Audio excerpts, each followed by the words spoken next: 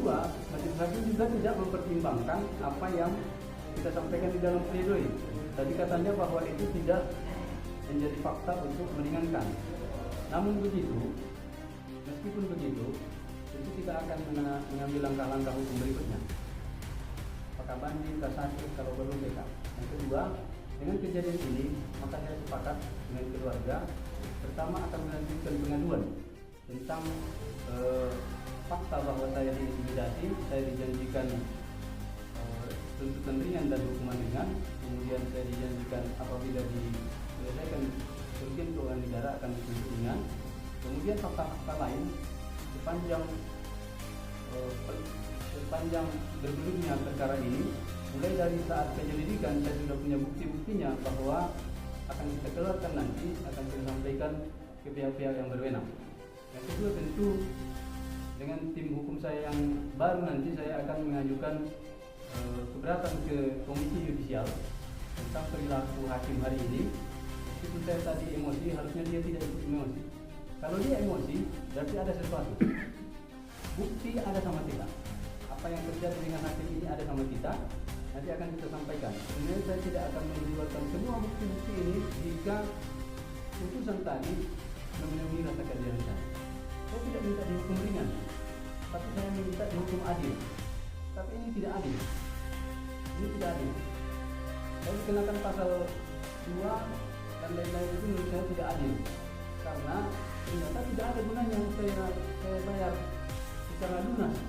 Bahkan hakim sendiri berpendapat tidak sampai 5 miliar 900. Bahkan hakim berpendapat hanya 4 miliar sekian. Dan saya pikir perlu ini menjadi perhatian publik. Bukan kita mau viral, tapi sekarang ternyata kami diam, kami iakan semua apa yang diinginkan jaksa, DPU, apa yang diinginkan hakim, ternyata inilah yang saya terima. Kita juga tidak menyatakan saya tidak bersalah. Kita mengakui bersalah dari awal, tapi kita minta keadilan yang seadil-adilnya. Dan ini tidak adil.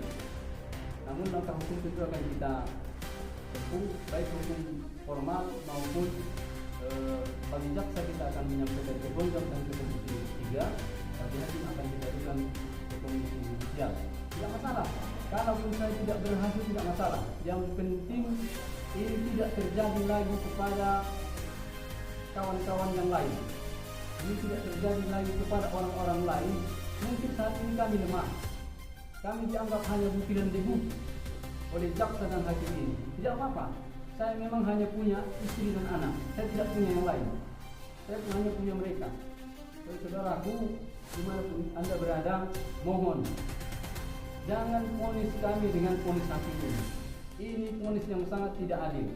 Saya akan buka semuanya ke media. Saya akan buka semuanya dalam berkas pengaduan saya yang sudah hampir lengkap. Mulai dari rekayasa saat penyelidikan. Kenapa saya DPO? Karena saya tahu sudah direkayasa. Dan saya punya bukti otentiknya. Nanti saya akan buat ke media. Rekan-rekan sekalian, terima kasih. Rekan-rekan media sudah sangat berpotensi besar dalam mengawal kasus ini. Saya tentu nanti akan tetap berkoordinasi dengan rekan-rekan sekalian.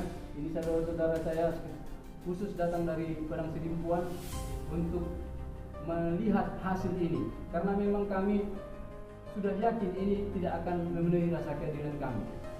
Saudara-saudara sekalian, terima kasih pada media yang sudah ikut bersama saya. Bagaimanapun tanpa kalian, saya tentu tidak akan jadi apa-apa. Mohon diberitakan seadil-adilnya, mohon diberitakan sebenar-benarnya. Anda sudah lihat bagaimana perilaku hakim tadi. Seorang hakim itu tidak harus emosional itu kalau tidak terjadi apa-apa di balik ini. Dan kita punya bukti-bukti yang kita sampaikan nanti ke Komisi Yudisial. Mungkin ini yang bisa saya sampaikan. Terima kasih. Assalamualaikum warahmatullahi wabarakatuh.